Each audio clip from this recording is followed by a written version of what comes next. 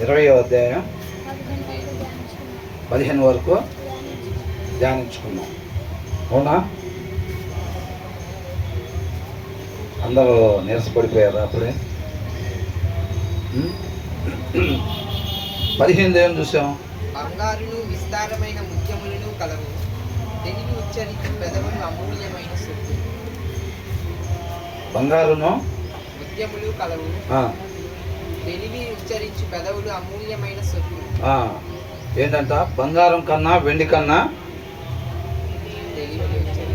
దేవుడి నోట నుంచి వచ్చే మాట ఏదైతే ఉంటుందో వాక్యం, దాన్ని మనం ధ్యానించినట్టయితే అది మన నోట నుంచి వచ్చింది. కాబట్టి నీతిమంతుడి నోట్లో నుంచి వచ్చే మాట ఏంటంట? జీవపు ఊట. అది జీవాన్ని తెచ్చేదిగా ఉండిద్ది అని అంటున్నాడు. అవునా? కాబట్టి మనం దేనికోసం పరిగెట్టాలి? బంగారం కోసం పరిగెట్టాలా? వెండి కోసమా? మరి దేనికోసం పరిగెట్టాలి?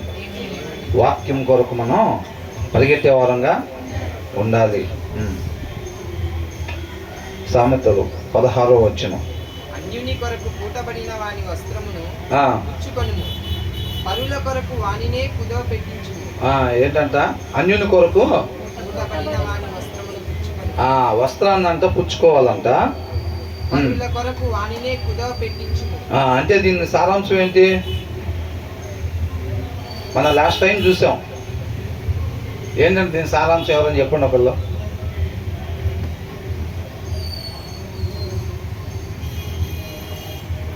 అంటే జామీన్లు షూరిటీలు ఉండకూడదు. దీనికి సంబంధించి మనం చూసాం కదా, చూసామా లేదా? జామీన్లు షూరిటీలు ఉండకూడదు. Take the garment of one who puts up security for a stranger.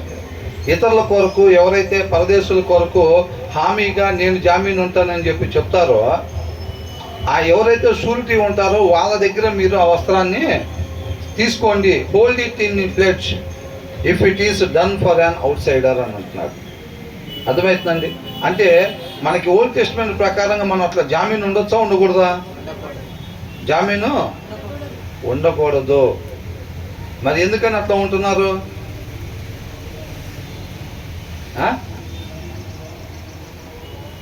ఎందుకని ఉంటున్నారు అట్లాగా? మనం జామీన్లు ఉండకూడదు అని చూసాం కదా, చూసామా లేదా? దీంట్లో మనం చూస్తే 17వ అధ్యాయంలో ఒకసారి చూస్తే ఇదే సామెతలో 17వ అధ్యాయం 18వ వచనం. తన పొరుగు వానికి జామీను ఉండి పూటబడు వాడు తెలివి మాలిన వాడు. ఎవరంటే అట్లా జామీన్ ఉండేది? షూరిటీలు జామీన్లు ఉండేది ఎవరు? తెలివి మాలిన వాళ్ళు. వాళ్ళు తెలివి లేదు కాబట్టి అలాగా జామీను ఉంటున్నారు. అర్థమవుతుందండి? వాళ్ళకేం లేదంట, తెలివి లేదు అని. అంటే ఈ వాక్య సారాంశం ఏం చెప్తుంది? మనం ఉండమంటుందా, ఉండొద్దు అంటుందా? ఉండొద్దు అని చెప్తా ఉందన్నమాట. దీంట్లో 6వ అధ్యాయంలో కూడా చూడండి ఒకసారి. సామెతలు 6వ అధ్యాయం 1వ వచనం. నా కుమారుడా, నీ చెలికాని కొరకు పూటబడిన ఎడల, పరుని చేతిలో నీవు నీ చేయి వేసిన ఎడల, నీ నోటి మాటల వలన నీవు చిక్కుబడి ఉన్నావు. ఏమైనట్టంట? ఎప్పుడైతే ఇతని తరపు నేనండి హామీ, పర్వాలేదు ఆయనకి ఇల్లు ఇవ్వండి, లేకపోతే లోన్ షూరిటీ నేనుంటానండి అని అంటారు. చూసారా? అలా ఎవరైతే వాళ్ళ నోటి ద్వారా చెప్తారో వాళ్ళు ఏమైనట్టంట? వాళ్ళు చిక్కులో పడిపోయినట్టు, వలలో వాళ్ళు ఇరుక్కుపోయినట్టు. తర్వాత ఏమనుంది దాంట్లోనే? నీ నోటి మాటల వల్ల పట్టబడి ఉన్నావు. నా కుమారుడా, నీ చెలికాని చేత చిక్కుబడితివి. నీవు త్వరపడి వెళ్ళి విడిచిపెట్టుమని నీ చెలికాన్ని బలవంతం చేయము. ఈలాగు చేసి తప్పించుకొనుము. నీ కన్నులకు నిద్ర అయినను నీ కన్నురెప్పల. అది ఏమాత్రం కూడా మీరు విశ్రాంతి తీసుకోకుండా ఇమ్మీడియట్ గా ప్లెడ్జ్ జోన్ లో నుంచి నువ్వు బయటికి వచ్చేసాయి. నువ్వు అలా హామీ ఉన్నట్టయితే కనుక నువ్వు ఇరుక్కునేవాడిగా ఉంటావు, నష్టపోయేవాడిగా ఉంటావు అని అంటున్నాడు అన్నమాట. అర్థమవుతుందండి? అంటే ఎందుకని వాళ్ళు అలా ఉన్నారంట? ఏ మ్యాన్ ల్యాకింగ్ జడ్జిమెంట్ అని అంటున్నాడు. తెలివి లేకపోవటం వల్ల, వివేకము లేకపోవటం వలన అలాగా జామీనుగా ఉంటున్నాడు. కాబట్టి మనతో ఏం చెప్తున్నాడు? మీరు అలా వివేకము లేకుండా, వివేకం లేని పనులు మీరు చేయొద్దు. మీరు వివేకము కలిగి నడుచుకోవాలి అని చెప్తా ఉన్నాడు అన్నమాట ఈ వచనంలో నుంచి. అర్థమవుతుందండి? వివేకం లేకపోతే అలాంటి పనులే మనం చేస్తాం. 11వ అధ్యాయం చూడండి, దాంట్లోనే 15వ వచనం. ఎదుటి వాని కొరకు కూటబడిన వాడు చెడిపోవును. ఏమవుతాడంట? చెడిపోతాడు. ఖచ్చితంగా ఇక్కడ ఏమని ఇచ్చాడంటే, he who puts up security for a stranger will surely suffer అని ఇచ్చాడు. ఖచ్చితంగా ఎవరైతే అట్లా ఉంటారో, షూరిటీ ఉంటారో ఖచ్చితంగా సఫర్ అవుతారు. But the one who hates indebtedness is secure అని అంటున్నారు. ఎవరైతే అట్లా లేకుండా ఉంటారో వాళ్ళు నిర్భయంగా ఉంటారు అని అంటున్నారు. ఇదంతా ఎందుకు జరుగుతుంది అని అంటే, షూరిటీ మనం పెట్టేటప్పుడు పరిస్థితులు బాగానే ఉంటాయి, వాళ్ళకి మనకి సహవాసం బాగానే ఉండిద్ది. వాళ్ళ లోన్ తీసుకుంటారు, ఏదో వ్యాపారం పెడతారు, ఆ వ్యాపారంలో వాళ్ళకి లాసు అయ్యిద్ది. ఆ వ్యాపారంలో వాళ్ళకి లాస్ అయ్యిద్ది. తర్వాత వాళ్ళకి కట్టలేని పరిస్థితిలో ఉంటారు. అప్పుడు ఏం చేస్తారు? షూరిటీ సైన్ ఎవరైతే చేశారో వాళ్ళ మీద పడిపోతారు. వీళ్ళ చేత షూరిటీ సైన్ ఎందుకు చేయించుకున్నారు? బ్యాంక్ అంటేనే జనరల్గా 50 రూపాయల లోన్ కోసం 1,00,000 రూపాయలు ఆస్తి ఏదో ఒకటి పెట్టాలి. ఎంతకంట? 50 రూపాయల లోన్ కోసం 1,00,000 రూపాయల ప్రాపర్టీ ఏదైనా పెట్టాలి. వాళ్ళకి 50 పెడితే సరిపోదు వాళ్ళకి. అర్థమవుతుందండి? కాబట్టి మనకి ఏదైనా 1,00,000 రూపాయలు లోన్ ఇవ్వాలన్నా సరే ఇల్లు కాగితాలు పెట్టించుకుంటారు వాళ్ళు ఉంటే కనుక. అట్లా చేస్తారు. కాబట్టి మనం చాలా జాగ్రత్తగా ఉండాలి. వివేకం లేకుండా అలాంటి పనులు మనం చేయకూడదు. మరి ఇక్కడ దీంట్లో ఏం తీసుకోమని చెబుతున్నాడు? Take the garment of one అని అంటున్నాడు. ఏం తీసుకోవాలంట? ఏముంది దీంట్లో? 16వ వచనంలో ఏముంది? వస్త్రములు తీసుకోమని అంటున్నాడు. అంటే ఈయనేమో జామీన్ ఉన్నాడు, కాకపోతే ఏం తీసుకోవాలంట? వస్త్రాలు తీసుకోమంటున్నాడు. మరి వస్త్రం ఎందుకు తీసుకోమంటున్నాడు? వస్త్రం ఎందుకు తీసుకోమంటున్నారు? ఇప్పట్లో ఎలాగైతే లోన్ తీసుకుంటే ఇల్లు షూరిటీలు పెట్టించుకుంటారు చూసారా? కారు మీద లోను, ఇంటి మీద లోను, లేకపోతే ఏదన్నా పొలం మీద లోను, అలా ఉంటాయి కదా. అప్పట్లో ఎలా ఉండేదంటే వస్త్రాలు పెట్టుకునేవాళ్ళు అనమాట. ఈ లోన్లకి వీటికి వస్త్రాలు పెట్టుకునేవాళ్ళు. అర్థమవుతుందండి? ఎందుకంటే ఆ వస్త్రాలు చాలా విలువైనవిగా ఉండేవి. కాబట్టి ఏమని అంటున్నాడు? నువ్వు అలా షూరిటీ ఎవరైతే ఉంటారో ఆ షూరిటీ ఉండే వాళ్ళ దగ్గర నువ్వు ఆ వస్త్రాలు తీసుకో అని అంటున్నాడు. అర్థమవుతుందా? ఇప్పుడు ఆకాన్ దొంగతనం చేశాడు కదా. ఆకాన్ దొంగతనం చేసినప్పుడు ఎరుకోపట్నం అని అంటే అది గొప్ప డెవలప్డ్ ప్లేస్, సిటీ, అది బాగా డెవలప్డ్ సిటీ. అక్కడ ఆకాన్ దొంగతనం చేసింది ఏం చేశాడు? వస్త్రాలు దొంగతనం చేశాడు, కొద్దిగా వెండి దొంగతనం చేశాడు, ఒక్క బంగారపు బారు దొంగతనం చేశాడు. దాంట్లో ఫస్ట్ రాయబడింది వస్త్రం దొంగతనం చేశాడు, విలువైన వస్త్రం దొంగతనం చేశాడు. అర్థమవుతుందా? అసలు ఒక రాజ్యం మీదకి వెళ్ళి దాని మీద యుద్ధం చేసినప్పుడు ఏం తెచ్చుకోవచ్చు? అవునా కదా?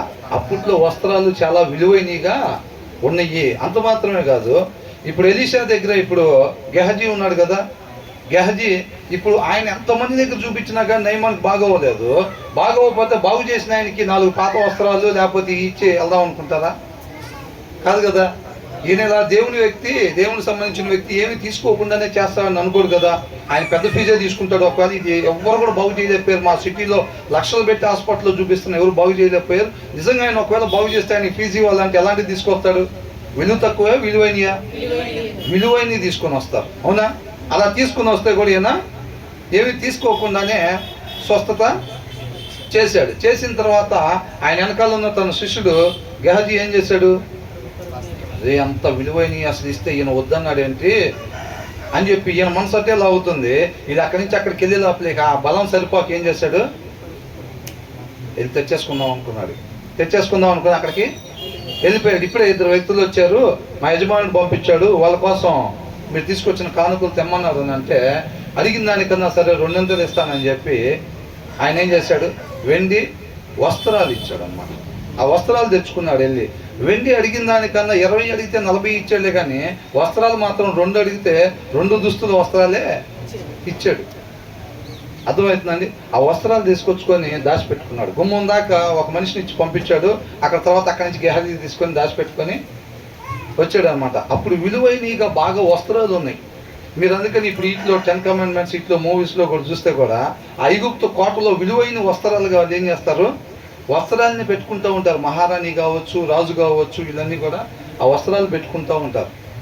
కాబట్టి ఏమంటున్నాడు, అలాగే ఎవరైతే షూరిటీ ఉంటారో వాళ్ళ దగ్గర ఏం తీసుకోవాలంట, ఆ వస్త్రాన్ని తీసుకొని నీ దగ్గర పెట్టుకో. ఆ ఎమర్జెన్సీని తెలియపరుస్తుంది అనమాట. అది అర్థమవుతుందండి.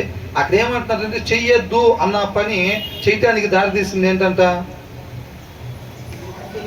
తెలివి లేకపోవటం.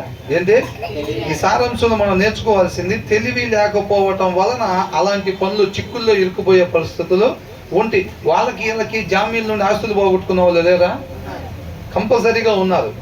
దాని తీవ్రత తెలియక అలాంటి వాటిలోకి చేయకూడని పనులు, ఎందుకనంటే వాళ్ళకు వివేకం లేకపోవటం వలన అలాంటి ఇబ్బందులు వాళ్ళు ఎదుర్కొంటున్నారు. కాబట్టి జ్ఞాన వివేకాలు చాలా అవసరము.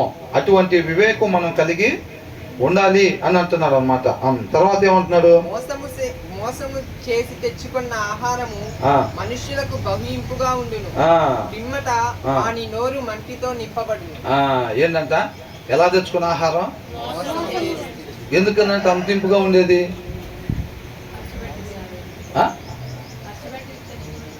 కష్టపడలేదు, ఖర్చు పెట్టింది కాదు కదా. ఇప్పుడు మనం కష్టపడలేదు, పొద్దున్న సాయంత్రం చేస్తే ఒక 600 ఇచ్చారు అనుకోండి. అదే ఒక 600 మనం మోసం చేస్తాం, దొంగతనం చేస్తాం, అబద్ధం వాడు ఎవరో ఒకరి దగ్గర నొక్కేసామనుకోండి. నొక్కేస్తే ఏమైంది, పొద్దున్న సాయంత్రం నాకు కష్టపడే పని ఏమి లేదు. ఒక సింపుల్గా మోసం చేసి ఒక క్షణంలో డబ్బులు సంపాదించేసాం. అది ఎలా ఉంటుందంట, బహు ఇంపుగా ఉండిద్ది అని అంటున్నాడు. అవునా?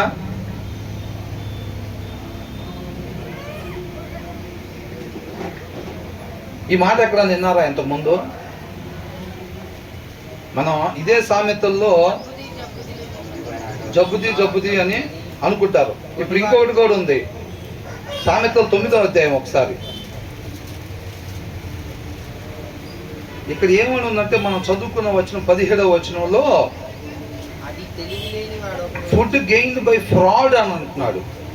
మోసం ద్వారా సంపాదించింది, ఫ్రాడ్ చేసి సంపాదించింది అని అంటున్నాడు. అంటే దాన్ని అండర్లైన్ చేసుకోవాలి. ఇందాక వచనంలో దేన్ని అండర్లైన్ చేసుకోవాలి, వివేకము లేకపోవట వలన ఏమవుతున్నాడు, నష్టపోయేవాడిగా ఉంటున్నాడు. దాన్ని అండర్లైన్ చేసుకోవాలి ఇందాక వచనంలో. ఇక్కడ కూడా ఏంటంటే, ఉండాల్సిన రీతిగా లేకపోవటమో, మోసం చేసి సంపాదించటమో, ఇతరుల్ని మోసం చేసి సంపాదించాడు అన్నమాట. ఎలాంటిదంటే ఇల్లు తినేది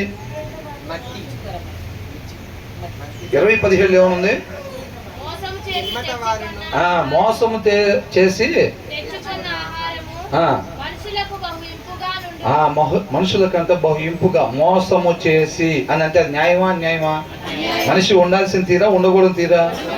ఉండకూడని తీరుగా ఉండటం వల్ల అంట ఆయనకి ఏమైందంట, ఇంపుగా ఉంది అని అంటే, ఉండాల్సిన రీతిగా ఉండనప్పుడు ఏమైంది, దాన్ని ఎవరో ఒకరు కష్టపడి ఉంటారు కదా. ఇప్పుడు ఒక 600 రూపాయలు పిల్లోడికి ఇచ్చి కొట్టి దగ్గరికి ఇచ్చి అని తీసుకురావాలని పంపించారు. వాడెవడో అమ్మాయికుల్లాగా మనకు కనపడ్డాడు. వాడిని మోసం చేసి చిన్నగా 600 నొక్కేసి వాడి ఇంటికి ఎంత పోయి అన్నయ్య తీసుకున్నాడు అంటే, వాళ్ళు అడిగితే మేము తీసుకోలేదు అని అంటాం. పొద్దున్న సాయంత్రం దాకా కష్టపడే డబ్బులు ఒక క్షణంలో అబద్ధం ఆడి మోసం చేసేసి మనం సంపాదిస్తాం. అవునా?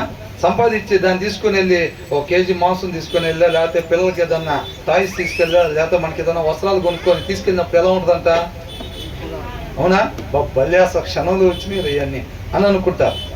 క్షణంలో ఇవన్నీ వచ్చినాయి అనుకుంటారు. కానీ దాన్ని కష్టపడ్డ వాళ్ళు ఉంటారు చూసారా, ఎవరో ఒకరి దగ్గర మనం అది కష్టపడిన సొమ్ము కదా, అది ఆ కష్టం దేవుడికి మొరపెడుతుంది. అర్థమవుతుందండి? ఆ కష్టం దేవుడికి, మనం ఎవరినైతే మోసం చేస్తామో, ఎవరికైతే అన్యాయం చేసి సంపాదిస్తామో, అదేమైందనంటే దానిని దేవుడు చూస్తాడు. కాబట్టి వీళ్ళకి ఏమైందంట, ఇది తీయగా ఉంటుంది చూసారా, వీళ్ళకి తినేటప్పుడు ఎలా ఉంటుందంట, దొంగతనం చేసి తిన్న తిండి ఎలా ఉంటుందంట, తీయగా ఉంటుందంట. తర్వాత ఎట్లా మారిద్దంట అది, but one ends up with a mouth full of gravel అని రాశాడు. అర్థమవుతుందండి? ఈ ఫస్ట్ పాపం అనేది ఎలా ఉంటుందంట, స్వీట్గా ఉండిద్దంట. పాపం చేసినప్పుడు తీపిగా ఉండిద్దంట. అవునా? అది తర్వాత ఎక్కడికి తీసుకెళ్ళిద్ది అంటే, స్టార్టింగ్లో తీపిగానే ఉంటుంది ఏదైనా, అది తర్వాత ఏమైందనంటే but afterward his mouth will be full of gravel. Gravel అని అంటే రోడ్డు మీద పోస్తారు చూసారా, కంకర. ఆ కంకర స్వీట్ తింటుంటే ఎలా ఉంటుంది? స్వీట్ తింటే తీయగా ఉంటుంది, అలా నోట్లు వేసుకోగానే ఇలాగా కరిగిపోయినట్టుగా ఉండేది. దానికి ఆపోజిట్ ఈ కంకర, గ్రావెల్. అదే కొద్ది కంకర రాళ్ళు ఇచ్చి మనకు నోట్లు వేసారు అనుకోండి, ఎలా ఉంటుంది? ఆహా ఎంత బాగుంది అసలు, హల్వా ఇచ్చారు, హల్వా తిన్నాం పొద్దున సూపర్గా ఉందా. అట్లాగే అంటారా కంకర తిన్నాను ఇందాక భలే ఉందని అంటే ఏమనుకుంటారు? అసలు తినగలుగుతాం అది? ఆ కంకర నవ్వులుతుంటే రాళ్ళు ఆ చిగుళ్ళన్నీ కట్ అయిపోయి బ్లడ్ బ్లీడింగ్ అయిపోయి అది అసలు మింగగలుగుతామా? అది అసలు మింగలేం. దొంగతనం చేసిన వస్తువు అంటే దొంగతనము, ఫ్రాడ్ అని రాస్తుంది అక్కడ. మోసము చేసి అంటే లైన్ పక్కకు తప్పి మనిషి ఉండకూడని రాతిగా ఉన్నాడు, మనిషి ఉండకూడని రీతిగా ఉన్నాడు. అంటే ఆజ్ఞ అతిక్రమణ ఏంటి? పాపము. వాక్యమే కదా దేవుడు మనకి ఇచ్చిన మాట. దాని ప్రకారంగా ఉండలేదన్నమాట. దాని ప్రకారం ఉండకపోతే ఏమైంది? పాపం చేశాడు. పాపం చేసినప్పుడు ఏమొచ్చింది? మరణం వచ్చింది అన్నమాట. అలా దొంగతనం చేసుకుని వచ్చి తినేది అంటే మోసం చేసి సంపాదించేది, అన్యాయం చేసి సంపాదించేది ఏమైందంటే దాని పరిణామం ఎలా ఉంటుందంటే ఒక గ్రావెల్ దాన్ని మింగలేక ఎలాంటి పరిస్థితి అనుభవించాల్సి వచ్చిందో రేపు తీర్పు రోజున అలాంటి పరిస్థితి మనం అనుభవించాల్సి వచ్చింది. ఇతను తీసుకుని వెళ్ళి నరకంలో పడేయండి అని అంటే ఎలా ఉంటుంది విన్న వాళ్ళకి? ఇప్పుడు మనమే అక్కడ ఉన్నాము, ఆ మాట చెప్పాడు ఇతను తీసుకుని నరకంలో పడేయండి అన్నారు అనుకో, అది ఎలా ఉంటుంది? ఇతన్ని నిత్య జీవంలోకి నడిపించండి అని అంటే హాయిగా హల్వా తిన్నట్టుగా ఆ మాట ఉండిద్ది. బా యాహూ అని అనుకుంటాం, అవునా? ఇతను తీసుకుని వెళ్ళి నరకంలో పడేయండి అని అనగానే ఏమైంది? నోట్లో కంకర్లా ఉండిద్ది, అసలు డైజెస్ట్ చేసుకోలేము, అల్లాడిపోతూ ఉంటాం దాని పరిస్థితి. అర్థమవుతుందా? అది అని అంటున్నాడు. ఎవరైతే వండాల్సిన రీతిగా అంటే వాక్యానుసారంగా వండకుండా పక్కకి అడిగేస్తారో, ఫ్రాడ్ చేస్తారో, మోసం చేస్తారో, అన్యాయం చేస్తారో, కుట్ర చేస్తారో వాళ్ళ పరిస్థితి తర్వాత అది అయిద్దండి. నిత్య నరకాగ్నికి పోవాల్సిన పరిస్థితి ఉండిద్ది. అంటే బ్రదర్ చిన్న అన్యాయం చేస్తేనే, ఇప్పుడు సిస్టర్ చెప్పారు ఏమన్నారు, జస్ట్ 2% ఒక్క లైన్ రాస్తేనే నరకాన్ని పంపిస్తారు బ్రదర్. ఒక్క లైనే కంపల్సరీగా 10 ఆజ్ఞల్లో అంటే ఒకటి అవ్వకపోయినా అవునట్టే, అవునా కదా? సిస్టర్ కాబట్టి చక్కగా అందరి ముందు నుంచొని నేను ఇట్లా రాశాను, ఇద్దామా వద్దా, నా లోపల మనస్సాక్షి పరిశుద్ధాత్ముడు అట్లా ఇవ్వకూడదు కదా అని గద్దిస్తున్నాడు కాబట్టి ఆగారు. లేకపోతే 4 పేజీలు రాసిన వాళ్ళు ఒక క్షణంలో ఇయటానికి ప్రాబ్లం అయిద్దా?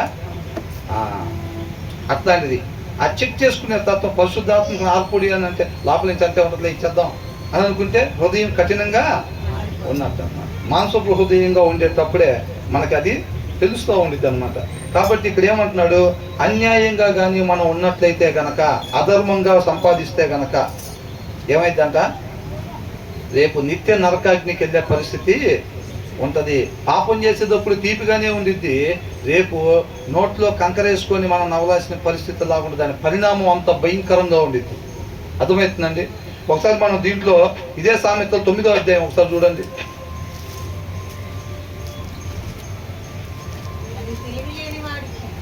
ఇదే సామెతలో 9వ అధ్యాయంలో మనం చూసినప్పుడు ఒక 2 వ్యక్తులు జనాన్ని ఆహ్వానించి మాట్లాడుతున్నట్టుగా మనం చూసాం, అవునా? ఒకటి ఏంటంటే జ్ఞానమును నేను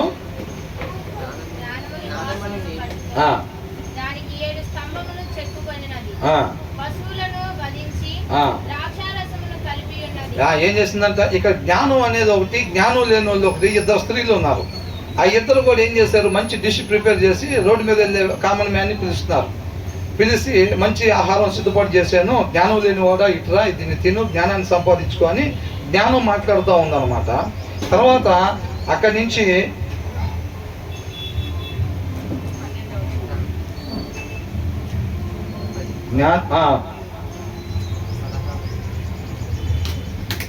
తొమ్మిదవ అధ్యాయమేగా ఇదేంటి 8 తర్వాత 9 ఇక్కడ ఉన్నది. 13వ వచనం. బుద్ధిహీనత అన్నది బుద్ధిహీనత అనున్నది బొబ్బలు పెట్టు. పెట్టున్నది. ఇక్కడ ఏమైందంటే 9వ అధ్యాయం 1వ వచనం దగ్గర నుంచి 12వ వచనం దాకా జ్ఞానం కలిగిన వాళ్ళు ఎలాగుంటారో, జ్ఞానం మాట్లాడుతూ ఉంది, నన్ను ధరించుకుంటే ఇలాగుంటారు అలాగుంటారు, మీకు మేలు కలిగిద్దని మాట్లాడతాం. జ్ఞానం లేకపోతే ఏమైంది పరిస్థితి అంటే 13వ వచనం నుంచి మాట్లాడుతున్నారు. 17వ వచనం చదవండి, దాంట్లోనే ఒకసారి.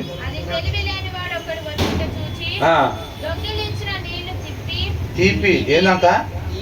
ఇందాక మనం చూసిన వచనంలో ఏం చూసాం? మోసం చేసి సంపాదిస్తే భలే తీయగా ఉండిద్ది. అంటే మనిషి ఉండాల్సిన రీతిగా కాకుండా పక్కకు అడిగేస్తే భలే తీపిగా ఉండిద్ది అని. పాపం ఎలా ఉంటుందంట? తీపిగా ఉండిద్ది అని అంటున్నాడు. చేదుకుండేది అపవాది పెడితే ఎవరైనా వెళ్తారా? కాబట్టి ఏం చేస్తారు? ఆ పండు ఎలా ఉందంట? అవ్వకు చూసినప్పుడు చండాలంగా వాడిపోయి ఎండిపోయి ఉందంట. రమ్యంగా అందంగా చూస్తే తినబుద్ధి అయ్యేటట్టుగా అట్రాక్షన్ అలా పెడతారు. ఎప్పుడైనా లోకం ఎలా ఉంటుంది?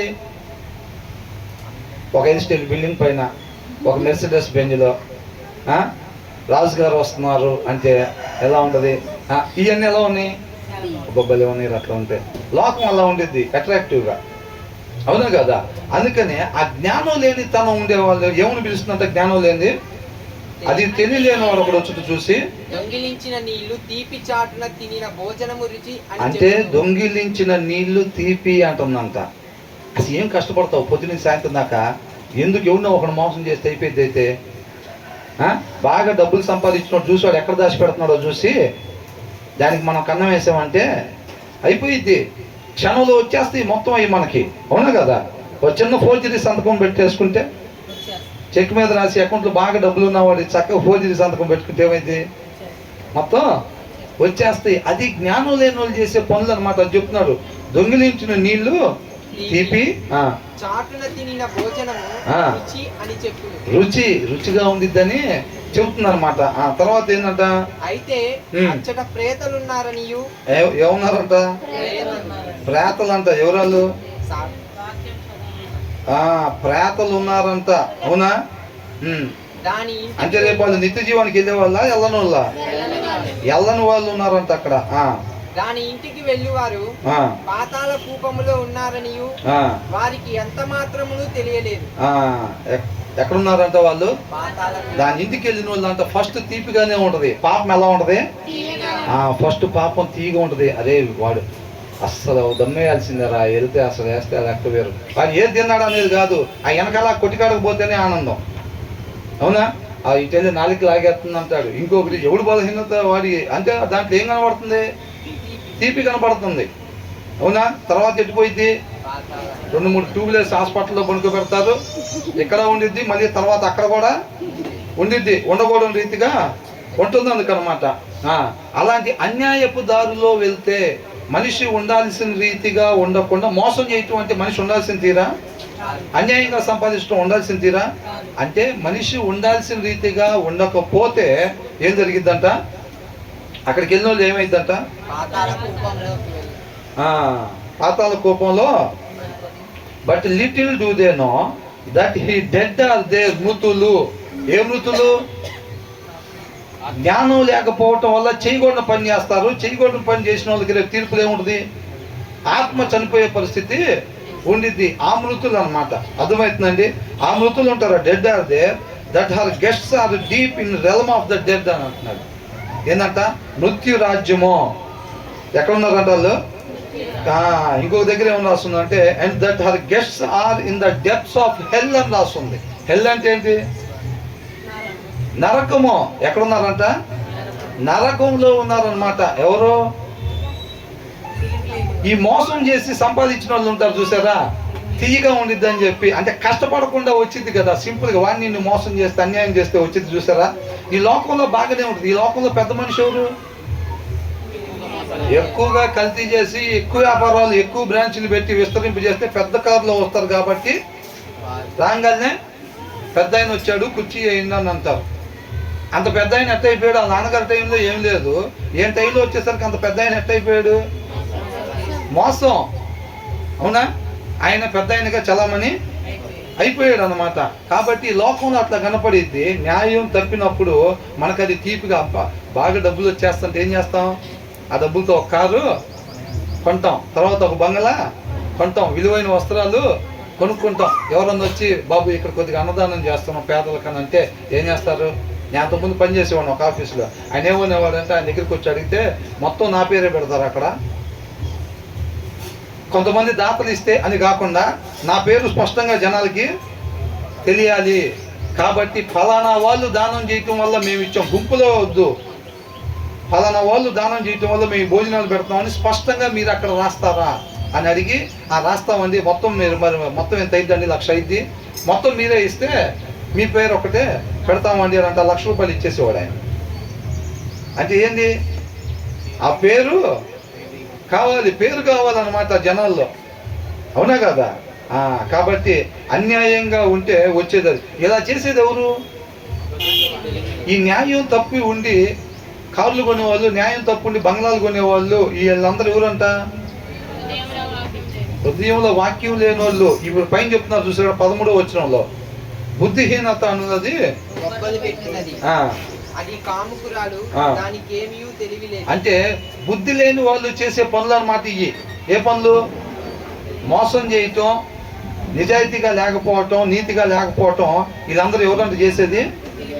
తెలివి లేని వాళ్ళు, జ్ఞానం లేని వాళ్ళు అన్నమాట ఈ పనులు చేసేది. అంటే ఇందాక వచనంలో మనం చూసాం, వివేకము లేకుండా చేయకూడని పనులు చేసి మీరు ఇరుక్కునే వాళ్ళగా ఉండకూడదు. జామీన్లు షూరిటీలు ఉండి, దీంట్లో ఏమని ఉంది? ఇప్పుడు మనం చూసిన దాంట్లో ఏమి లేకపోవటం అంతా ఇలా మోసం చేసి సంపాదిస్తుంది. తెలివి లేకపోవటం వలన వీళ్ళు అలాంటి సంపాదన వీళ్ళు సంపాదించుకొని తీపిగా ఉందని అనుకుంటున్నారు, అవునా? తర్వాత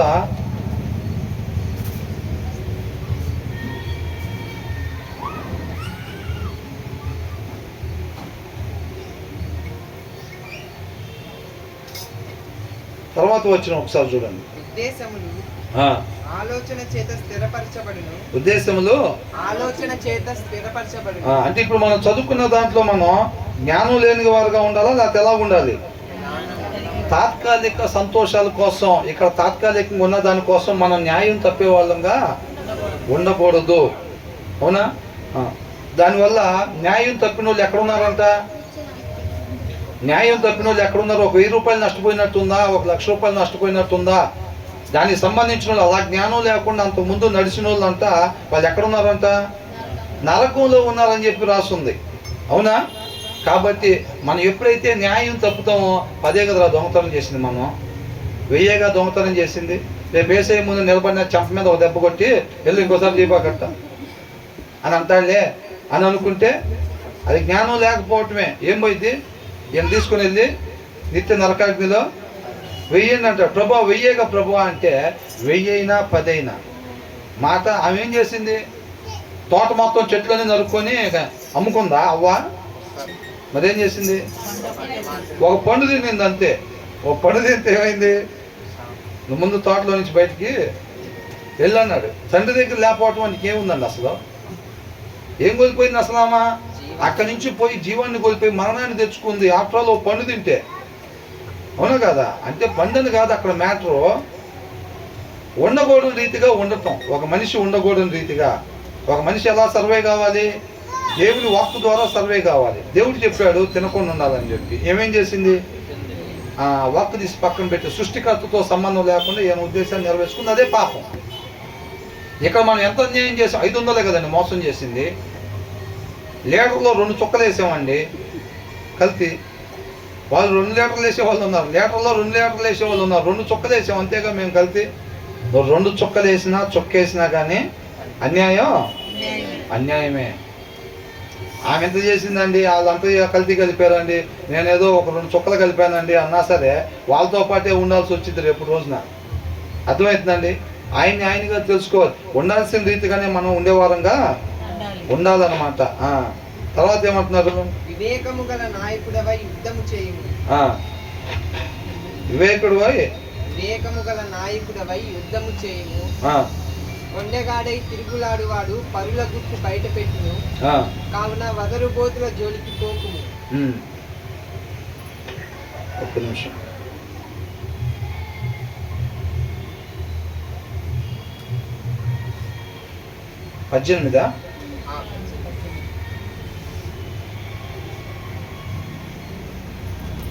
18 ఏముందండి? ఉద్దేశములు ఆలోచన చేత స్థిరపరచబడను, వివేకము గల నాయకుడవై యుద్ధము చేయుము. ఎలాంటి నాయకుడు యుద్ధం చేయాలంట? మనం చేస్తుంది ఇప్పుడు యుద్ధ పోరాటంలోనే కదా ఉంది మనం. ఆ యుద్ధం ఎలా చేయాలంట? వివేకము కలిగి, అంతే తప్ప ఇక్కడ బలమైన ఆహారం ఏదో తీసుకొని యుద్ధం చేస్తే మనం ఏం గెలిచే పరిస్థితి ఉండదు. Plans are established by seeking advise అని అంటున్నాడు. మన హృదయంలో, మనిషి హృదయంలో ప్లాన్లు ఎన్ని ఉంటాయి? లెక్క లేకుండా ఉంటాయి. ఆలోచనలు లెక్క లేకుండా ఉంటాయి. ఆలోచనలన్నీ మనం చేయటానికి ఉండిద్దా? మనిషి చేయాల్సింది ఒకటే ఉండిద్ది, ఉండాల్సిన రీతి ఒకటే ఉండిద్ది. దాన్ని సెలెక్ట్ చేయాల్సింది దేవుడు. ఎవరి హృదయంలో అయితే వాక్యం ఎలాంటిదంట? 2 అంచులు కలిగిన ఖడ్గము. తర్వాత ఏం చేసింది అది? అది మన హృదయానికి, మన తలంపులకి కావలిగా ఉండేది. కావలిగా అంటే ఏది పడితే అది రానిది. అది వాక్యమై ఉన్న దేవుడు ఏది బట్టి నీకు ఆలోచనలు అనేకం ఉండొచ్చు, కాకపోతే నువ్వు అవన్నీ కూడా నువ్వు చేసేటట్టుగా దేవుడలో చేయడు. ఎవరి హృదయంలో అయితే వాక్యం ఉండిద్దో, నీకు అనేక ప్లాన్లు ఉన్నా సరే నువ్వు మాట్లాడాల్సిన మాట మాత్రమే మాట్లాడేటట్టుగా ఆయనే నడిపిస్తాడు. నువ్వు చూడాల్సిన రీతికి మాత్రమే చూసేటట్టుగా ఆయనే నడిపిస్తాడు. ప్రవర్తించాల్సిన రీతికి మాత్రమే ప్రవర్తించేటట్టుగా ఎవరు చేస్తారంట? దేవుడే చేస్తాడు. కాబట్టి సమస్త మహిమ ఆయనకి. మన వల్ల ఏమి అయ్యేది కాదు. ప్లాన్లు ఏమంటే వేస్తాం బ్రహ్మాండంగా, కాకపోతే ఉండాల్సిన రీతికి మాత్రమే ఉండాలంటే సెలక్షన్ మాత్రం ఎవరు చేయాలంట? ఆయన మాత్రమే చెయ్యాలి అని అంటున్నాడు అన్నమాట. మరి ఎందుకని అట్లా చేస్తారు వీళ్ళు? ఎందుకని అంత అట్లా చేసేది? మరి plans are established by seeking advice. అలా చేసుకోకపోతే ఏమవుతారు? ఫెయిల్ అయిపోయేవారుగా. యుద్ధ పోరాటంలో మనం ఏమవుతాం? ఓడిపోతాం అనమాట. వివేకం లేకుండా కానీ మనం పోరాడినట్టయితే, ఒక తెలివైన సలహా, జ్ఞానం కలిగిన సలహా లేకపోతే, ఆ జ్ఞానం కలిగిన సలహా ఎక్కడి నుంచి వచ్చింది మనకి? దేవుడి వాక్యం నుంచి జ్ఞానం వచ్చింది. కాబట్టి అక్కడి నుంచి మనం దాన్ని పొందుకునేవారుగా. అందుకనే అంటున్నాడు, నా జనులు జ్ఞానం లేకనే ఏంటి పలకట్లేదు ఏంటి? అయిపోయిందా? నా జనులు జ్ఞానం లేకనే నశించిపోతున్నారు. మనం కాదండి, యేసుక్రీస్తు వారు కూడా ఆ జ్ఞానంతోనే తండ్రి చిత్తాన్ని నెరవేర్చారు అనమాట. Plans fail for lack of council అని అంటున్నాడు. ఏది పడితే వాళ్ళకి వచ్చిన ఆలోచన చేసినప్పుడు ఏమైందనంట? వాళ్ళు ఫెయిల్ అయిపోయేవారుగా ఉంటారు. ఒక తెలివైన సలహా తీసుకొని దాని ప్రకారంగా ముందుకి వెళ్ళే వాళ్ళకు ఉండాలి. Only with sound guidance should you wage war అని అంటున్నాడు. The victory lies in multitude of counsellors అని ఉంది. అర్థమవుతుందండి? దేవుడి జ్ఞానాన్ని పొందుకోవాలన్నమాట. ఆ జ్ఞానం ప్రకారమే మనం నడుచుకోవాలి. హృదయంలో దేవుని వాక్యం ఉన్నట్టయితేనే అది అయ్యిద్ది అనమాట. మనకి మాదిరి ఎవరు? యేసుక్రీస్తు వారే మనకి మాదిరి. అవునా? ఒకసారి యెషయా గ్రంథం చూద్దాం.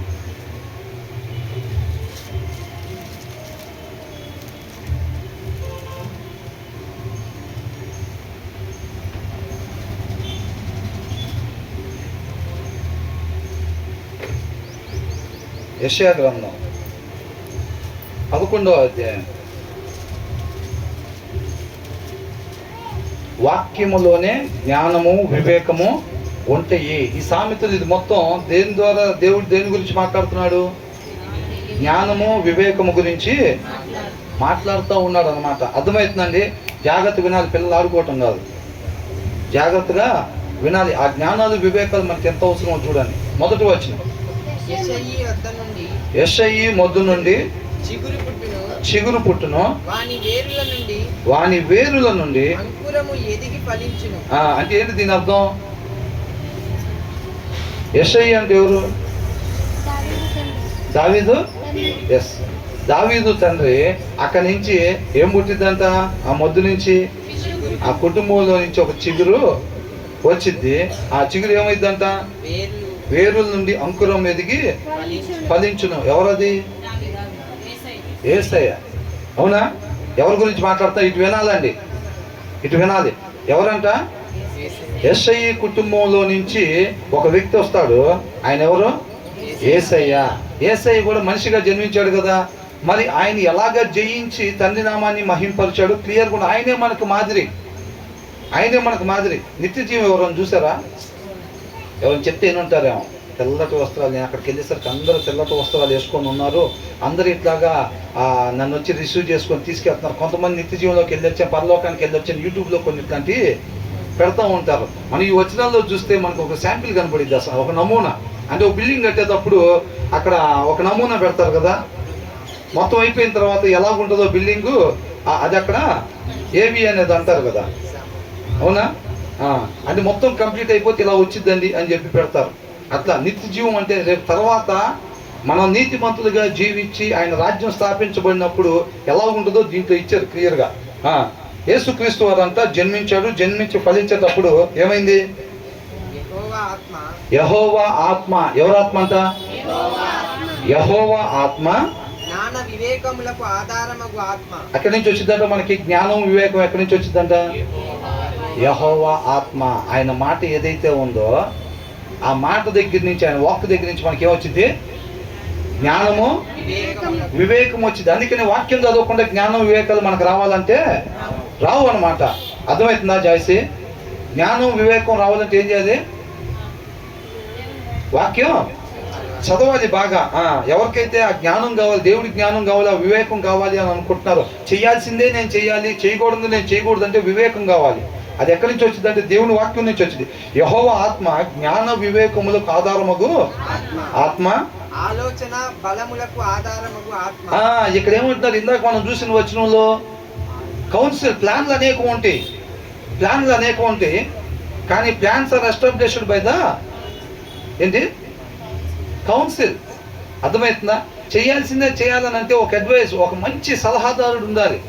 ఆ సలహాదారుడు ఏంటంటే ఇక్కడ ఆలోచనని ఇచ్చేవాళ్ళు ఉండాలి. ఒక మంచి ఆలోచన ఇచ్చేవాళ్ళు ఉంటే అప్పుడు మనం చేయాల్సిన రీతిగానే ఉంటాము. ముఖ్యమంత్రికి, ప్రధానమంత్రికి, అందరికీ సలహాదారులు ఉంటారన్నమాట, ఏ టైంలో ఏం చేయాలనేది. ఒక మనిషికి కూడా సలహా ఎవరంట? వాక్యమై ఉన్న దేవుడే. ఆయనైతేనే లోపల ఎన్ని ఆలోచనలు ఉన్నా సరే మాట్లాడింది మాత్రమే మాట్లాడేటట్టుగా ఆయన ఆలోచనని అందిస్తాడు. మనిషి ప్రతి క్షణం కూడా అక్కడి నుంచి ఆలోచనని తెచ్చుకొని ఇంప్లిమెంట్ చేస్తూ ఉండాలి. అది మనిషి జీవించాల్సిన విధానం. వాక్యమై ఉన్న దేవుడి దగ్గర నుంచి ఆలోచన తీసుకొని దాని ప్రకారం ముందుకి వెళ్తూ ఉండాలి. హృదయంలో వాక్యం ఉండేటప్పుడు ఆయన మనం ఎలా ప్రవర్తించాలి, ఎవరి దగ్గర ఏం మాట్లాడాలి, ఈ మొత్తం కూడా. అందుకని అంటున్నాడు ఆయన శిష్యులు, మీరు అక్కడికి వెళ్ళి ఏం మాట్లాడదాం? మీరు రాజుల దగ్గర, పెద్దల దగ్గరికి మిమ్మల్ని తీసుకెళ్తారు, మరి అక్కడ తీసుకెళ్ళినప్పుడు ఏం మాట్లాడాలి? మీరేం కంగారు పడబాకండి. అక్కడ తీసుకెళ్ళిన తర్వాత మీరేం మాట్లాడాలో అది నేను మీ చేత మాట్లాడిస్తాను, అప్పుడు మీకు అందించబడిద్ది ఆ మాట అని అంటున్నాడు. అర్థమవుతుందండి? కాబట్టి ఆలోచన ఉండాలన్న, హృదయంలో వాక్యం ఉంటే మనకు అక్కడి నుంచి మాట్లాడాల్సిందే మాట్లాడతాము, ప్రవర్తించాల్సిందే ప్రవర్తిస్తాం. కాబట్టి యెహోవా ఆత్మ జ్ఞాన వివేకములకు ఆధారము ఒక ఆత్మ, ఆలోచన బలములకు. ఇప్పుడు యుద్ధం అంటున్నారు కదా, ఇప్పుడు మనం చదువుకున్న దాంట్లో మంచి ఆలోచన చూసుకొని కౌన్సిల్ చేసుకొని మన యుద్ధ పోరాటంలో యుద్ధం చేసే వాళ్ళంగా ఉండాలి. యుద్ధానికి ఏం కావాలి? బలం కూడా. కాబట్టి మంచి ఆలోచన కావాలి, ఆలోచనతో పాటు బలం కూడా. దానికి జ్ఞానం కావాలి, వివేకం కావాలి. ఇవన్నీ ఎక్కడ దొరుకుతున్నాయి అంట? యెహోవా ఆత్మ జ్ఞాన వివేకములకు ఆధారం ఒక ఆత్మ, ఆలోచనకి బలానికి కూడా ఆధారముగు ఆత్మ, తెలివిని యెహోవా యందు భయభక్తులను, తెలివిని యెహోవా యందుల భయభక్తులను పుట్టించు. అంటే వాక్యం చదివేటప్పుడు ఏమైంది? వాక్యం చదివేటప్పుడు ఏమైందంట? తెలివి ఎక్కడి నుంచి వచ్చింది మనకి? ఈ లోక తెలివి కాదు. వాళ్ళు నిన్ను మోసం చేయటం, అన్యాయం చేయటం, అబద్ధాలు ఆడటం, కవరింగ్లు చేసుకోవటం, ఇది లోక తెలివి. ఇక్కడ ఏ తెలివి గురించి మాట్లాడుతున్నారు? ఒక మనిషికి ఉండాల్సిన తెలివి దేవుని తెలివి అన్నమాట. అర్థమవుతుందా? అంటే ఇక్కడ ఎవరి గురించి మాట్లాడడం? మొదటి వచనంలో ఒక ఆయన పుట్టాడు. ఎవరు పుట్టింది? యెషయి కుమారుల్లో యేసయ్య పుట్టాడు. యెషయి కుటుంబంలో యేసయ్య పుట్టాడు. మనకు మాదిరి యేసయ్య కాబట్టి యేసయ్య అసలు ఎలాగా జీవించి తండ్రి నామాన్ని మహింపరిచాడు క్లియర్గా రాస్తున్నాడు అండి. ఇది క్లియర్గా అండర్లైన్ చేసుకోవాలి, ప్రతి మాట అండర్లైన్ చేసుకోవాలి. యేసుక్రీస్తు వారు ఎలా జీవించాడు? అసలు ఆయన స్పెషల్ పవర్ ఏమో నుండి జయించాడేమో, లేకపోతే ఇలాంటి బాధలు తట్టుకోవటం సామాన్య విషయం కాదు. ఆయన ఎలా జయించాడంటే మొదటి వచనంలో ఆయన పుట్టాడు. పుట్టిన తర్వాత ఈ పొందుకున్నాడు ఆయన తండ్రి దగ్గర నుంచి యెహోవా ఆత్మ, జ్ఞాన వివేకంలో ఆధారం ఒక ఆత్మ, దాన్ని పొందుకున్నాడు. మనిషిగా జన్మించిన యేసుక్రీస్తు దీన్ని పొందుకొని జ్ఞానంతో వివేకంతో జీవించాడు. అంత మాత్రమే కాదు, ఆలోచన బలములకు ఆధారముకు ఆలోచనని బలాన్ని అక్కడి నుంచి తెచ్చుకో, ఈ లోకంలో నుంచి దేన్ని తెచ్చుకోలేదు ఆయన. పొద్దున్నే పెద్దల కడ వెళ్ళి అరణ్యంలో ఆయన పాదాల చెంత, తండ్రి పాదాల చెంత మోకరించి ఆయన వీటిని సంపాదించుకొని ఈ జ్ఞానంతో ఈ లోకాన్ని జయించాడు ఆయన. అర్థమైందండి? కాబట్టి మనం ఏం చేయాలి? మనకి నేటి దినాల్లో వాక్యం ఇచ్చాడు దేవుడు. ఈ వాక్యాన్ని చదివినప్పుడు మనకు ఆ జ్ఞానం వచ్చింది, ఏసైకి వచ్చిన జ్ఞానం వచ్చింది, ఏసైకి వచ్చిన వివేకం వచ్చింది, ఏసై పొందుకున్న ఆలోచన పొందుకుంటాం, ఏసై పొందుకున్న తండ్రి బలాన్ని మనం కూడా పొందుకుంటాము. ఏసై పొందుకున్న తండ్రి యొక్క తెలివిని ఏసై పొందుకున్నాడు, మనం కూడా ఈ వాక్యాన్ని చదవటంలో దేన్ని పొందుకుంటాం? ఆ తెలివిని పొందుకుంటాం. అంత మాత్రమే కాదు, తండ్రి అంటే భయభక్తులు ఏసైకి ఎలా వచ్చింది? తెలివిని, యెహోవా ఎడల భయభక్తులను పుట్టించు ఆత్మ అతని మీదకి నిలుచును. యేసయ్య పుట్టినప్పుడు, ఆయన పెరిగేటప్పుడు అంతా ఆయన జ్ఞానాలు, వివేకాలు, ఆలోచన, బలము, తెలివి, యెహోవా ఎడల భయము, దేవుని యందు భయము, చెడుతనాన్ని విసర్జించుటే ఆయన ఎందుకు భయభక్తులు కలిగి ఉండటం అని అంటున్నాడు. అర్థమవుతుందండి? ఆ భయం మనలో రావాలి. అనుకుంటున్నాంలే కానీ ఉండలేకపోతున్నాం. ఇది చూడాలండి. అనుకుంటున్నాంలే కానీ ఉండలేకపోతున్నామండి. వాక్యాన్ని అనుసరించాలని అనుకుంటున్నాంలే కానీ వాక్యం దేవుడి మాటని తెలుసు, దాన్ని అనుసరిస్తా మనిషి అనేవాడు దేవుడి మాటను అనుసరించే జీవించాలని తెలుసు, కానీ ఉండలేకపోతున్నాం అండి. ఎందుకు? భయం లేదు, భయము భక్తి లేదు. భయం లేకపోవటం ఏమైందిలే చేసేస్తున్నాం. అవునా? ఆ భయం రావాలంటే ఎక్కడి నుంచి వచ్చిందంట? తెలివియు యెహోవా ఎడల భయభక్తులను పుట్టించు ఆత్మ అతని. వాక్యము చదువుతుంటే ఆ భయము వణుకు మనలో పుట్టిద్ది. అర్థమవుతుందండి? ఆ భయము వణుకు మనలో పుట్టిద్ది. ఆ దేవుడి జ్ఞానం కావాలంటే ఏం చేయాలి? చెప్పాలి. ఆ దేవుడి జ్ఞానం కావాలంటే ఏం చేయాలి? వాక్యము చదవాలి. దేవుడి వివేకం కావాలంటే ఏం చేయాలి? వాక్యం చదవాలి. దేవుడి ఆలోచన తెలియాలంటే ఏం చదవాలి? వాక్యం చదవాలి. దేవుని బలం మనం కలిగి ఉండాలంటే ఏం చేయాలి? దేవుని వాక్యం చదవాలి. దేవుని తెలివి మనం పొందుకోవాలంటే వాక్యం చదవాలి. యెహోవా ఎడల భయభక్తులు మనలో పుట్టాలి అంటే, ఆయన ఎందుకు భయభక్తులు మనకి కలగాలి అంటే దేవుని వాక్యం చదవాలి. అలా చదివితే యేసయ్య కూడా ఎలాగైతే పుట్టిన తర్వాత ఇవన్నీ పొందుకొని ఈ లోకాన్ని జయించి తండ్రి నామాన్ని మహింపరిచాడు. తర్వాత వచ్చిన చూడండి, దాంట్లోనే అండర్లైన్ చేసుకోవాలండి ఈ మాట. ఏంటంట? ఈ ఎప్పుడైతే పొందుకుంటున్నాడో యేసయ్యలో ఏంటంట గురి, యేసయ్య గురి ఏంటంట? మనకేం తింపైన సువాసన? నెలకు 1 లక్షన్నర శాలరీ వస్తే కొంతమంది ఏం చేస్తారు? ఆ శాలరీ తీసుకొని డబ్బులు వాసన చూసి డబ్బులు స్మెల్ చూసి ఏమనుకుంటారు? భలే ఉంది అసలు డబ్బులు వాసన. కొంతమందికి డబ్బులు, కొంతమందికి ఏంటి? ఫుడ్. బిర్యానీ తీసుకొచ్చి ముందు పెట్టం కాదు, ముందు ప్రేర్ చేసుకొని కలుపుకొని తింటాం కాదు, ముందు ఏం చేస్తారు? ఒకసారి స్మెల్ చూస్తారు, పోయిందిరమ్మతి. అవునా? మంచి డ్రెస్ వేసుకొని, నెంబర్ 1 డ్రెస్ వేసుకొని అద్దం ముందుకు వెళ్తే ఏమైంది? అదిరిపోయినది జాలి జీవితానికి అసలు. అవునా? ఎత్తండి. వీళ్ళకేంటంటే ఇంపైన సువాసన వీటిలో ఉంది, వీటిలో ఇంపైన సువాసన ఉంది. ఒక మంచి ఆఫీస్లో జాబ్ కొడితేనో, లేకపోతే బాగా డబ్బు సంపాదిస్తే ఒక కొత్త కారు కొంటే ట్యాప్కోసారి వెళ్ళి బ్రష్ కూడా బయట చేసేది మనం. ఏంటంట? కారు కొంటే రోజు లోపల బ్రష్ చేసుకునే వాళ్ళం కూడా బయటికి వెళ్ళి ఆ కారుని చూసుకోవటం, టైర్లు చూడటం, అద్దం చూడటం, అది చూడటం, ఇది చూడటం, సెల్ఫీలు దిగటం. ఇక దాంట్లో నింపైన సువాసన లాగుండేది. ఒక ఇల్లు కొన్నామంటే ఇంకేం లేదు, నేనే ఓనరని తెలియటాను బాల్కాన్లోనే ఉంటాం మనం. వచ్చాను ఇంకా ఎవరో ఇల్లు భలే ఉందని అన్ని పేపర్ చదవటం బాల్కానే, కాఫీ తాగటం బాల్కానే, అన్ని బాల్క. ఓనర్ గారు ఆయన అనుకుంటారా? ఆయన దిగి మళ్ళీ రోడ్డు మీద అదే ఏందరా ఇల్లు అనుకుంటారు కదా. అట్లాగా. కానీ యేసయ్య కూడా ఇదే లోకంలో పుట్టాడు, ఇదే లోకంలో పెరుగుతున్నాడు. కానీ ఈయనకి ఇంపైన సువాసన దేంట్లో ఉందంట? యెహోవా భయము అతనికి ఇంపైన సువాసనగా ఉందంట. నీకు నాకు ఎలాగుంది? నీకు నాకు ఎలాగుంది? చెక్ చేసుకోవాలి. ఇంపైన సువాసన మనకి ఎక్కడుంది? పిల్లల ముఖాలు చూస్తుంటేనా? వాళ్ళు చక్కగా తింటుంటేనా? వాళ్ళకి ఏదైనా పెడితే తింటుంటే కొంతమంది తల్లిదండ్రులకైతే ఇంకేం లేదు, చాలా జీవితం ధన్యమైపోయినట్టు. పిల్లలు తింటుంటే జీవితం ధన్యమైపోయినారు. చీర కొనిచ్చిన తర్వాత భార్య ఒక్కసారి చూసిద్ది కదండి, ఇంక దాలో బాబు మన మావులో అనుకు. ఎక్కడ ఉంటుంది అందరికి ఇంకా ఇంపైన సువాసనలు ఎక్కడ ఉంటాయి? మనకు రకరకాల సువాసనలు ఉంటుంది. అవునా? దేవుడికి ఎక్కడ ఉందంట? యేసుక్రీస్తు ఆయనే మనకు మాదిరి ఉండాలి. ఏదో మన కామెడీకి చెప్పుకోవటం కాదండి, నిజంగా. ఈ పైన 2వ వచనంలో చెప్పి మనం పొందుకోకపోతే తండ్రి చిత్తాన్ని మనం నెరవేర్చలేము. ఆ రెండోవి పొందుకొని యేసుక్రీస్తు తండ్రి చిత్తాన్ని నెరవేర్చాడు. మనలాగనే ఆయన కూడా పుట్టాడు, అవునా? మనలాగనే మొదటి వచనంలో పుట్టాడు, రెండో వచనంలో ఇవన్నీ పొందుకున్నాడు. ఇవన్నీ రెండో వచనంలో పొందుకున్న తర్వాత ఆయనకి ఇంపైన సువాసన అది అయింది.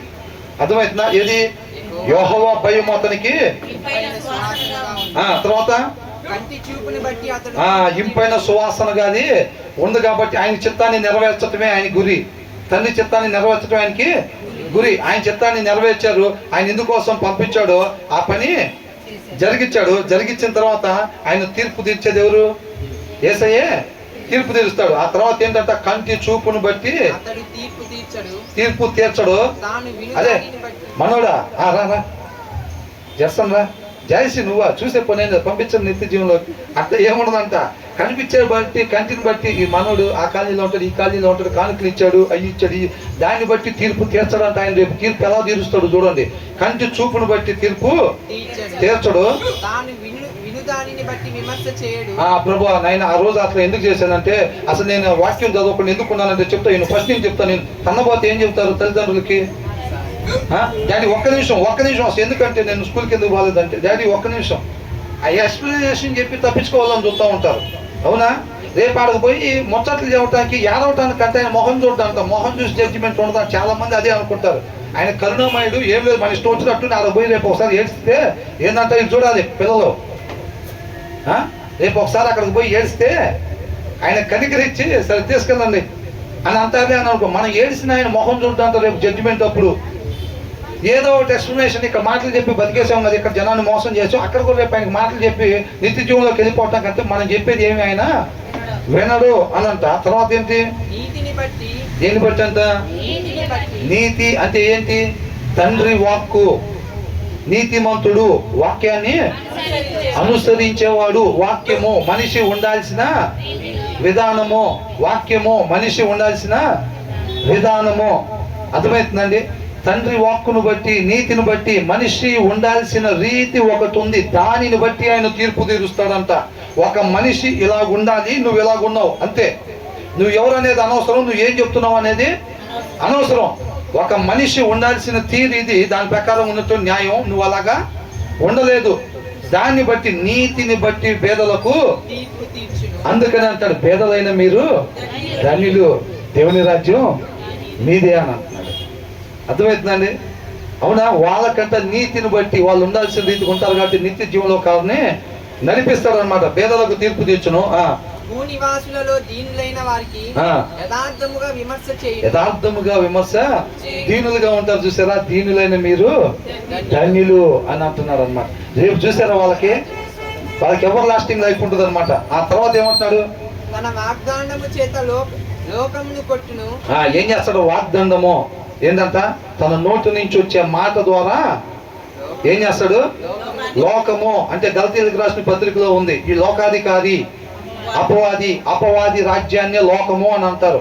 దేవుడు స్థాపించిన దాన్ని ఏం చేశాడు? దానికి ప్యారలల్ గా అపవాది ఒక గవర్నమెంట్ స్థాపించాడా లేదా? ఈ గవర్నమెంట్ పడిపోయిద్ది, దేవుని యొక్క రాజ్యం స్థాపించబడిద్ది. కాబట్టి ఆయన నోటి వాక్కుతో ఏం చేస్తాడంట? లోకమును కొట్టును. రేపు తీర్పు జరిగేది అనమాట. ఇలాగా ఇటు వినాలి పిల్లలు. కొట్టును. తన పెదవుల ఊపిరి చేత దుష్టులను అన్యాయంగా ఎవరైతే ఉంటారో వాళ్ళు ఏం చేస్తాడంట?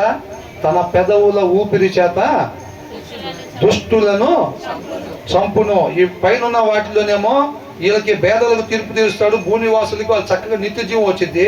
తర్వాత తన వాగ్దండం చేత లోకమును కొట్టును. లోకానుసారంగా ఉండే వాళ్ళని కొడతాడు. తన పెదవుల ఊపిరి చేత దుష్టులను చంపును. అతని నడుమునకు నీతియు అతని తుంట్లకు సత్యమును నడికట్టుగా ఉండును. అంటే ఆయన ఇంకా సింహాసనం మీద కూర్చున్నాడు అన్నమాట. తీర్పు తీర్చిన తర్వాత ఏం చేస్తాడు? ఇంకా ఆయన రాజ్య స్థాపన జరిగిద్ది. ఏంటి? ఆయన సింహాసనం మీద కూర్చుంటాడు ఇక రాజుగా. అర్థమవుతుందండి? దావీదు సింహాసనం మీద కూర్చుంటాడు అంటారు కదా, ఆయన సింహాసనం మీద కూర్చున్నాడు. ఇంకా కూర్చున్న తర్వాత ఏమైంది? తీర్పు తీర్చాడు, దుష్టుల్ని తీసేశాడు, నిత్య నరకాగ్నిలోకి వేశాడు. వీళ్ళకేం చేశాడు? దీనులకి పేదలకి ఏమిచ్చాడు? నిత్య జీవం ఇచ్చాడు. ఇక ఆ రాజ్యంలో వాళ్ళు ఉన్నారు, ఆయన కూర్చొని ఉన్నాడు సింహాసనం మీద. తర్వాత అసలు అది ఎలా ఉంటుందో చూడండి, నిత్య జీవం ఎలా ఉంటుందో చూడండి. అతని నడుమునకు నీతియు దాని తర్వాత తోడేలు గొర్రె పిల్ల యొద్ద వాసము చేయును. ఏం చేసిద్దంట? ఆ రాజ్యంలో ఎలా ఉంటుందో చూడండి. తోడేలు అంట,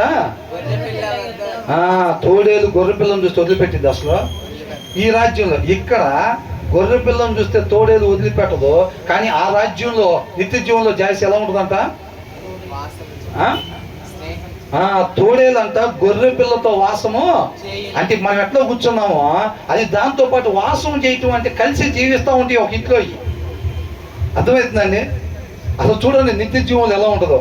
వాసము చేయను, తోడేలు గొర్రె పిల్ల యొక్క వాసము చేయను, చిరుత పులి మేక పిల్ల యొక్క పండుకొనును. ఏం చేసిద్దంట? మేక పిల్లని చూస్తే దీనికి నిద్ర వచ్చింది. అసలు ఇక్కడ మేక పిల్లని చూస్తే దీనికి నిద్ర రాదు, దాన్ని లోపలేసిందాక. కానీ నిత్య జీవంలో ఎలా ఉంటుందంట?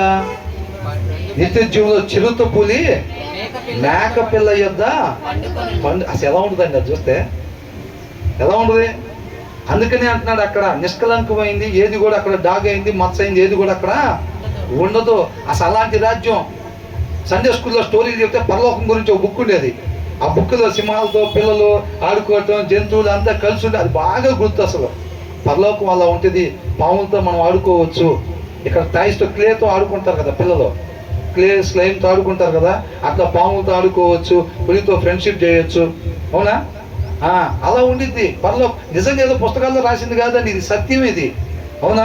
చిరుత పులి మేక పిల్ల యొక్క పండుకొనును, దూడయు. అసలు దూడను చూస్తే కొదమ సింహం ఏంటంటారు దాని ఫీలింగ్? దూడ పిల్ల కనపడిందంటే కొదమ సింహం ఇంకేం ఎవరైనా ఆపితే ఆగిద్దా? ఆగే క్వశ్చనే లేదు. కానీ అక్కడ ఏంటంట? దూడయు కొదమ సింహమును, పెంచబడిన కోడి దొరికినా వదిలిపెట్టిద్ది అసలు. పెంచబడిన కోడియు కూడుకొనగా. మూడు ఒక చోట ఉంటాయి అంట. ఏంటంట? ఆ మూడు వినాలి ఇటు. ఆ మూడు ఒక చోట ఉంటాయి అంట. అయిపోయిందండి, ముగించేద్దాం. లీడ్ అని రాస్తుంది ఇంగ్లీష్ లో. బాలుడు ఏం చేస్తాడంట? వాటిని లీడ్ చేస్తాడు, నడిపిస్తూ ఉంటాడు అనమాట. అర్థమవుతుందండి? నిత్య జీవం చూడండి అసలు ఎలా ఉంటుందో. దేనికోసం దేన్ని పోగొట్టుకుంటాం? కొంతకాలం ఉండే బంగారం, లేకపోతే పేరు, హోదా, వీటి కోసం ఆ రాజ్యం చూడొద్దా? ఆ రాజ్యం చూడాలా లేదా? పాలు తేనెలు ప్రవహించే దేశం కోసమే మోషే దేవుణ్ణి అడిగాడు. ప్రభా తప్పు చేశాను కానీ పంపించు ప్రభు అన్నాడు. అన్యాయం నేను చేయలేను. ఇది నీతో బాదు, నీ వెనక అనేక మంది కొన్ని తరాలకి ఇది మాదిరిని కనపరిచిద్ది. ఇప్పుడు మనం జీవించే జీవితం తర్వాత తరానికి ఒక మాదిరిని సామాన్య విషయం కాదు. ప్రతి క్షణం చాలా అమూల్యమైంది. అర్థమవుతుందండి? అలా ఉంటుందంట. దూడయు కొదమ సింహమును పెంచబడిన కోడెయు కూడుకొనగా బాలుడు వాటిని నడిపిస్తాడంట, లీడ్ చేస్తాడు. బాలుడు అసలు కొదమ సింహం దగ్గర బాలుడు ఉంటాడా? దూడ దగ్గర ఉంటాడా? అసలు ఇటు కాదు ఉండే పరిస్థితి. పాలు తాగే బాలుడు అంట అక్కడ రాస్తుంది. అట్లా ఏంటి? వాటిని నడిపిస్తాడంట. తర్వాత ఆవులు ఎలుగులు అంట కూడి మేస్తా ఉంటాయి అంట ఒక దగ్గర. ఆ రెండింటికి వైరం ఉండిద్దా లేదా? ఇక్కడ ఉండిద్ది. తర్వాత వాటి పిల్లలు ఒక్క చోటనే పండుకొనును. వాటి పిల్లలు అంటే ఏం అవుతాయి?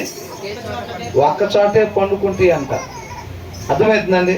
ఇంగ్లీష్లో క్లియర్గా రాస్తుంది. వాటికి ఇదే పాలు ఇచ్చి పోషించిద్దని. ఆవుల దగ్గరే పాలు దాకా ఇవి పెరుగుతాయి అంట. అర్థమవుతుందా? అసలు చూడండి ఆ రాజ్యం ఎలా అంటే మోసం చేసుకోవటం, అవతలను మోసం చేసి మనం సర్వే కావాలి, దాన్ని చంపి మనం బతకాలి. అట్లా ఉందా అక్కడ? అసలు ఆలోచన లేదు, ఆ ఛాయ్ లేదు అసలు అక్కడ నిత్య జీవంలో. అర్థమవుతుందా? తర్వాత ఏమంటున్నారు? ఏం చేసిద్దంట సింహం? సింహం ఏం చేసిద్దంట? గడ్డి మేసిద్దంట. పాలు కుడుచు పిల్లవాడు అంటే చిన్న పిల్లలు ఉంటారు చూసారా? వాళ్ళ దగ్గర చిన్నపిల్లలు ఏం చేస్తారంట?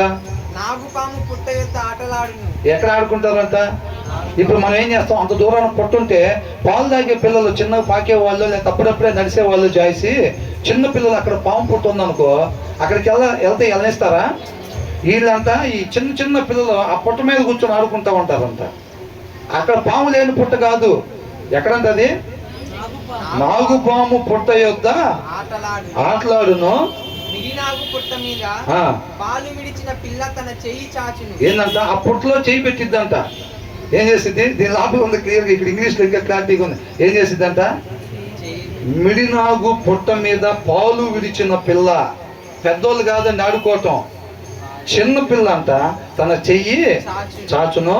నా పరిశుద్ధ పర్వతం అందంతటను ఏ మృగమును హాని చేయదు.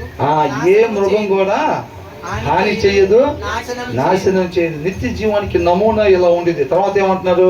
సముద్రము జలముతో నిండి ఉన్నట్టు ఆ సముద్రం ఎట్లాగైతే నీళ్లతో నిండి ఉండిద్దో లోకము యెహోవాను గుర్చిన జ్ఞానంతో నిండి ఉన్నది. అది ఇవాళ అది లేకపోవటం వల్ల నశించిపోతున్నారు. సామెతలు మొత్తం మనం చదువుతున్న ఆ జనులు జ్ఞానం లేకనే నశించిపోతున్నారు. జ్ఞానం ఎక్కడి నుంచి వచ్చింది? దేవుని వాక్యంలో నుంచి వచ్చింది, ఆయన మాటలో నుంచి వచ్చింది. చదవట్లేదు నా వాళ్ళు, నా జనం చదవట్లా, నా మాట వినట్లేదు. ఆ దినాన్ని అవ్వ నా మాట పక్కన పెట్టింది కాబట్టి ఓడిపోయింది, పడిపోయింది. ఇవాళ కూడా ఇది అదే పని చేస్తున్నారు. నా జనులు జ్ఞానం లేకనే నశించిపోతున్నారు. చదవండి, వాక్యం చదవండి, చదవండి. యేసయ్య 2వ వచనంలో ఏం చేశాడంట? తండ్రి మాట నుంచి ఏం పొందుకున్నాడు? జ్ఞానం, వివేకం, ఆలోచన, బలము, తెలివి, యెహోవా యందు భయభక్తులు పుట్టించు భయం ఈయన పొందుకున్నాడు. మనం కూడా 2వ వచనంలో యేసయ్య పొందుకున్నది మనం కూడా పొందుకుంటేనే జయిస్తాము, లేకపోతే జయించలేము. ఆయన యందు భయం, భక్తి మనకి రాదు. వాక్యం చదివితేనే జ్ఞానం వచ్చింది, వాక్యం చదివితేనే వివేకం వచ్చింది, వాక్యం చదివితేనే దేవుని తెలివి వచ్చింది, వాక్యం చదివితేనే దేవుని యందు భయం వచ్చింది, ఆలోచన వచ్చింది, బలం వచ్చింది. దేవుని బలం లోక బలం, లోక తెలివి, లోక ఆలోచనలు కాదండి. యేసుక్రీస్తు ఏది పొందుకొని లోకాన్ని జయించాడో మనం కూడా వాటిని పొందుకుంటాం వాక్యం చదివినప్పుడు. అర్థమవుతుందండి? అప్పుడు మనం ఈ నిత్య జీవంలోకి ప్రవేశించి మనం ఎలాగైతే ఈ జంతువులన్నీ కలిసి ఉన్నాయో అక్కడ కుళ్ళు, కుతంత్ర, ఈర్ష, కల్మషం, ద్వేషం, పగ ఇట్లాంటి ఏమీ ఉండవు. ఆ రాజ్యంలో ఇలా ఉండిద్ది అన్నమాట పరిస్థితి అక్కడ. అర్థమవుతుందండి? అది వర్ణించడం, వివరించడం జస్ట్ శాంపిల్గా చెప్పారు అంతే. జస్ట్ శాంపిల్గా 2-3 మాటలు జర్సన్ ఎవర్ లాస్టింగ్ లైఫ్ గురించి 2-3 మాటలు చెప్పారు అంతే. ఇక దానికి వివరించడానికి మాటలు సరిపోవు. అర్థమవుతుందా? కాబట్టి లోకము యెహోవాను గూర్చిన జ్ఞానముతో అది ఆ జ్ఞానం ఉంటుంది కాబట్టి వాళ్ళని నశింపు చేయకూడదు, వాళ్ళని మోసం చేయకూడదు. మనం ఉండాల్సిన తీరు. ఎందుకని? వీళ్ళకి జ్ఞానం ఉండిద్ది, జ్ఞానం ఉండిద్ది కాబట్టి. ఎట్లా అంట? సముద్రంలో నీళ్లు ఏ రీతిగా అయితే ఉంటాయో, నిండుకొని ఉంటాయో, లోకం మొత్తం కూడా దేవుడి జ్ఞానంతో నింపబడి ఉండిద్ది అని అంటున్నారు. తర్వాత ఆ దినమున ప్రజలకు ధ్వజముగా నిలుచుచుండు యెషయి వేరు చిగురు వద్ద జనములు విచారణ చేయును. ఆయన సింహాసనాసీనుడై ఉంటాడు అన్నమాట. అవునా? నిత్య జీవంలో ఎవరంతా పరిపాలన చేసేది? నిత్య జీవంలో ఎవరు ఉంటారండి? దేవుడే సింహాసనం మీద కూర్చొని ఉంటాడు, మనుషుల మధ్యలో ఉంటాడు. ఆయన ఇష్టం అది. మనతో పాటు ఏదైనా తోటలో వీళ్ళతో పాటు ఉన్నాడా లేదా దేవుడు? అలాగే మళ్ళీ నిత్య రాజ్యంలో ఏం చేయాలంట? ఆయన సింహాసనం వేసుకొని కూర్చొని ఉంటాడు. ఆయన దగ్గర జనాలు విచారణ ఈ అన్యాయస్తులు ఇప్పుడున్న అధికారుల దగ్గర కాదు. అదే మనోడేనా, మన పార్టీ వాడైతే కానీ న్యాయాన్ని అన్యాయం చేయడం ఓ ఫోన్ చేసి చెప్తా, అట్లా ఉండదు. ఆయన దగ్గర అన్యాయం ఉండిద్దా? రేపు జడ్జిమెంట్ కూడా ముఖాన్ని చూసి లేకపోతే మొరణాలకి ఇచ్చి జడ్జిమెంట్ ఇచ్చే పరిస్థితి ఉండదు. దేన్ని బట్టి అంటే నీతిని బట్టి జడ్జిమెంట్ ఇచ్చే పరిస్థితి. మేము పలానా తాలూకా అండి, వాళ్ళండి, ఆ ఫెలోషిప్ వాళ్ళం అండి, ఎట్లాగండి అంటే ఏమి అక్కడ ఉండదు. ఇది సత్యం. అర్థమవుతుందండి? రేపు సింహాసనం మీద ఆయనే కూర్చొని ఉంటాడు. ఆయన దగ్గర జనాలు ఏం చేస్తారంట? విచారణ చేయుదురు. ఆయన విశ్రమ స్థలము ప్రభావము గలదు. ఆయన విశ్రమ స్థలము ప్రభావము గలది. అర్థమైందండి? అలా ఉంటుంది పరిస్థితి. కాబట్టి మనం ఇప్పుడు ఈ వచనంలో చూసాం ఏంటంట? ప్రతి ఆలోచన కాదు, నరునికి ఆలోచనలు అనేకం ఉంటాయి, కానీ మనిషి చేయాల్సింది ఒక్కటే ఉండిద్ది. ఆ ఒక్కటి ఎవరు అందిస్తారు మనకి? దేవుడు అందించాలి. Plans are established by seeking advice. ఒక మంచి సలహాదారుడు, వాక్యము. అవునా? ఆలోచన తండ్రి దగ్గర నుంచి తీసుకొని వేసే ఇంప్లిమెంట్ చేసేవాడు. మనం కూడా వాక్యము తండ్రి మాట కాబట్టి ఆ వాక్యం మన హృదయంలో పెట్టుకున్నప్పుడు ఏమైందంటే ఆలోచనలు అనేకం ఉన్నా మాట్లాడాల్సింది మాత్రమే మాట్లాడాలి అని అంటే వాక్యం ఏం చేసిందంటే మన హృదయానికి, మన తలంపులకి కావలిగా ఉండి రావాల్సిన మాట మాత్రమే నోట్లోంచి బయటకు వచ్చేటట్టుగా చేసిద్ది. ఆయన పోలికలోకి, ఆయన స్వరూపంలో మార్చిద్ది. తండ్రితో పాటు యుగయుగాలు ఉండేటట్టుగా చేసిద్ది. కాబట్టి అలాంటి రాజ్యాన్ని ఎవరు కూడా వదిలిపెట్టుకోకూడదు అని అంటే మనం ఈ 16వ వచనంలో ఏం చూసాం? వివేకము కలిగి ఉండాలి. వివేకం లేకపోతే ఏమైంది? వాళ్ళకి వీళ్ళకి షూరిటీలు, జామీన్లు ఉండి నష్టపోయే వాళ్ళంగా ఉంటాము. 17వ వచనంలో ఏం చూసాం? దొంగిలించిందంటే ఎలా ఉంటుందంట?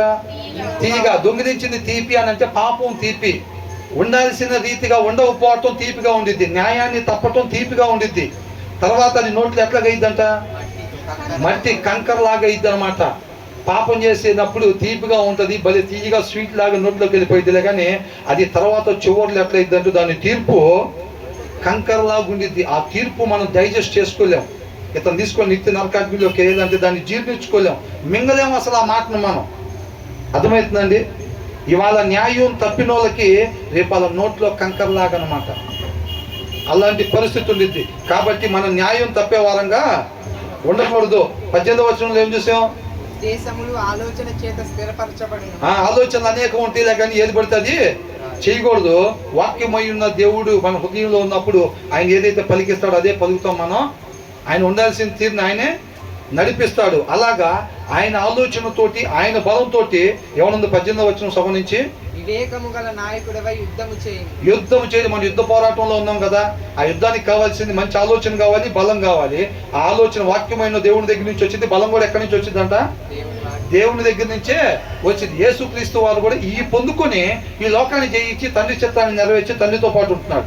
మనం కూడా ఏం చేయాలంటే వీటిని పొందుకుంటేనే లోకాన్ని జయించగలుగుతాం, తండ్రితో పాటు యుగాలు ఉండగలుగుతాం. తప్ప ఇది లేకపోతే మాత్రం ఖచ్చితంగా ఓడిపోయే వారంగానే ఉంటాం. దేవునికి మహిమ కలుగును.